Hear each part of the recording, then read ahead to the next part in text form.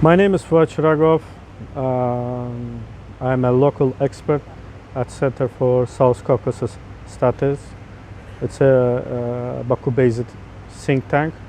I'm in this field in think tank industry more than 10 years, worked in different institutions in Azerbaijan, covering regional security issues in the region, as well as the conflict with Armenia. What can you tell us from your perspective about the ongoing conflict in Karabakh? It's very pity that we are wasting our energy and time and human resources for more than 30 years for this conflict. Billions of dollars and thousands of lives went in vain for the sake of this conflict. I believe if these resources would be spent in peaceful means, our region would be a completely different region with prosperous and perspective for the future. And unfortunately, from the beginning of the conflict, Azerbaijan faced injustice, double standards, especially from the Western liberal media. Our voice, Azerbaijani voice, were always been silenced, marginalized. So why we face these double standards? So we have a perception that it's because of the, first of all, liberal bias and hidden Christian solidarity issues, because Armenians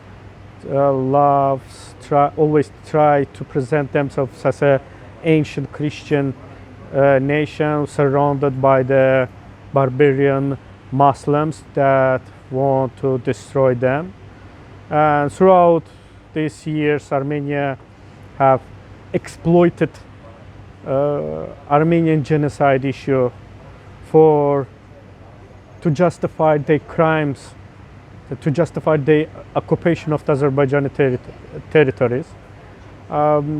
There were 4 UN Security Council resolutions which were not implemented, which specifically and clearly demanded from Armenia to withdraw the troops from the territory of Azerbaijan, which were not implemented, and international community did nothing for that Armenia complied this UN Security Council resolutions. And after the war, we have seen another wave of attacks, psychological attacks in Western media. Again, our voice are silenced. We, Azerbaijan, voice is stigmatized and labeled as a caviar diplomacy, oil-rich, autocratic, and etc. But it's not only about the power that rules Azerbaijan, but the Karabakh is the personal for every citizen of Azerbaijan.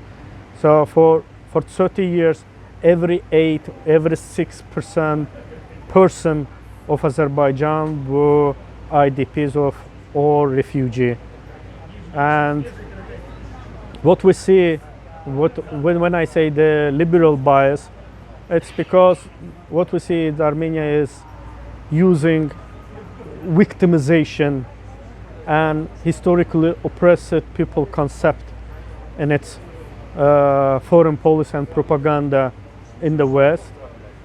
We do not have historically and objectively, we do not have such representations in Western community, in Western intellectual circles, universities, and etc. Azerbaijan will open it to the world and to the West just recently, 30 years. We do not have such a powerful lobby in the West which can speak on behalf of us, which can communicate our messages.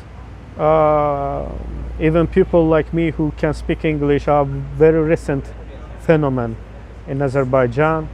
In the Soviet times, Azerbaijanis were restricted to learn the Western languages So we are opening the West for us just quite recently, and unfortunately, what we see is that again this victimization and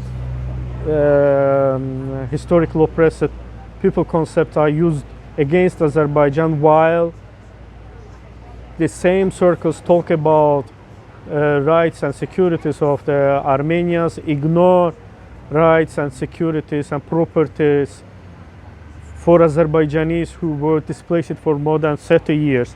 These people, even after the liberation, cannot return their lands because the cities and villages are completely destroyed to the ground, because these territories were massively landmined, because we have dozens of the cases when the people return their villages which are destroyed, visit the cemeteries with the graves of their deers, got explosions of mine explosions and lose their life or get serious injuries. No one talks about it. No one talks about that. In order only for the mining, we need at least 25 billion US dollar, so that these people can freely, these IDPs, return their lands, these territories.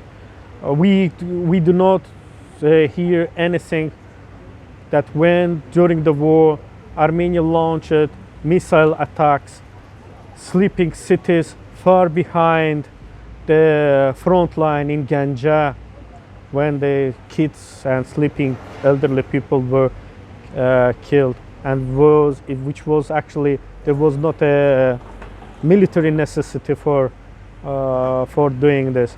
We do not hear anything that actually the war in 2020 was, I don't like this word, but one of the cleanest war in the recent decades. I mean, the human casualty among civilians were the least. There is such a ratio, civilian casualty ratios in the conflict. And then if you compare these statistics, these numbers, with the other conflicts, you will see that these numbers are far below. It's less than 2%. And if Armenians actually would not have launched the missiles on the civilians, this number would be even less. Another, for example, in other conflicts, maximum, at least civilian casualty rate was 18%. So in our case, it was less than 2%. The assistant of president once mentioned that during the war, Azerbaijani army did not intentionally enter to the Armenian majority settlements in order to avoid unintended human casualties among the civilians. So the only civilian settlement that Azerbaijan entered during the war, where Karabakh Armenians were a majority, it was Hadrut, and it was only solely because of the military strategic purposes. We did not enter to other Armenian majority areas